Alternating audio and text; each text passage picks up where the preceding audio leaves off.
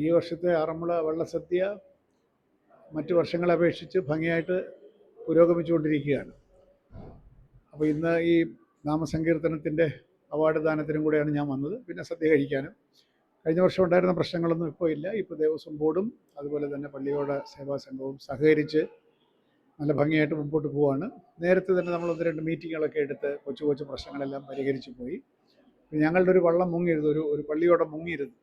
അതിപ്പോൾ താൽക്കാലികമായിട്ടെങ്കിലും നേരെയാക്കി എടുത്തു എന്നുള്ളത് ഒരു നേട്ടമാണ്. സീസൺ കഴിഞ്ഞിട്ട് പിന്നെ അത് കുറച്ചുകൂടെ ശാസ്ത്രീയമായിട്ട് നവീകരിക്കാനുള്ള നടപടികളും എടുക്കും. കാരണം ഇപ്പോൾ തൽക്കാലം ശരിയാക്കിയിട്ടുണ്ടെന്നേ ഉള്ളൂ, അത് പോരാ. അത് കരയിൽ കയറ്റി കുറച്ച് ഭംഗിയായിട്ട് ചെയ്യേണ്ടതുണ്ട്. അതിപ്പോൾ ഇത് കഴിഞ്ഞിട്ട് നമ്മൾ അടുത്ത പള്ളിയോടം ഇറക്കുന്നതിന് മുമ്പ് അത് പക്കയാക്കും. തിരുവണ്ണത്തോണി ഇറക്കും, ഭംഗിയായിട്ട് ഇറക്കും. പിന്നെ ഇത്രയും പേര് സദ്യ കഴിച്ച് സന്തോഷമായിട്ട് പോകുന്നു എന്നുള്ളതാണ് നമുക്കെല്ലാവർക്കും സന്തോഷകരമായിട്ടുള്ള കാര്യം. ശബരിമലയിൽ സാധാരണഗതിയിൽ ഈ നട തുറന്നിരിക്കുന്ന ദിവസങ്ങളിലൊക്കെ പലതരത്തിലുള്ള സദ്യകൾ നടക്കുമായിരുന്നു.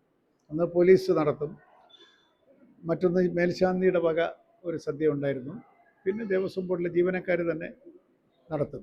ഇപ്പോൾ പല കാരണങ്ങളാലും മേൽശാന്തി നടത്തുന്നില്ല, പോലീസ് നടത്തുന്നില്ല. അപ്പോൾ തിരുവോണ ദിവസം ദേവസ്വം ബോർഡ് ജീവനക്കാരന് ധനസമാഹരണം നടത്തി കഷ്ടപ്പെട്ട് നടത്തണ്ട, ദേവസ്വം ബോർഡ് നേരിട്ട് നടത്താം എന്നാണ് ഇപ്പോൾ തീരുമാനം. ഇപ്പോൾ തിരുവോണത്തിന് ഏതായാലും ദേവസ്വം ബോർഡ് തന്നെ നേരിട്ട്, കാരണം ഈ ജോലിക്ക് വേണ്ടി വീട്ടിൽ നിന്ന് മാറി നിൽക്കുന്നവർക്ക് സദ്യ കൊടുക്കാൻ നമുക്കൊരു ബാധ്യതയുണ്ട്. അതുകൊണ്ട് അന്ന് തിരുവോണത്തിന് ദേവസ്വം ബോർഡിൻ്റെ വകയായിട്ട് സദ്യയുണ്ട്.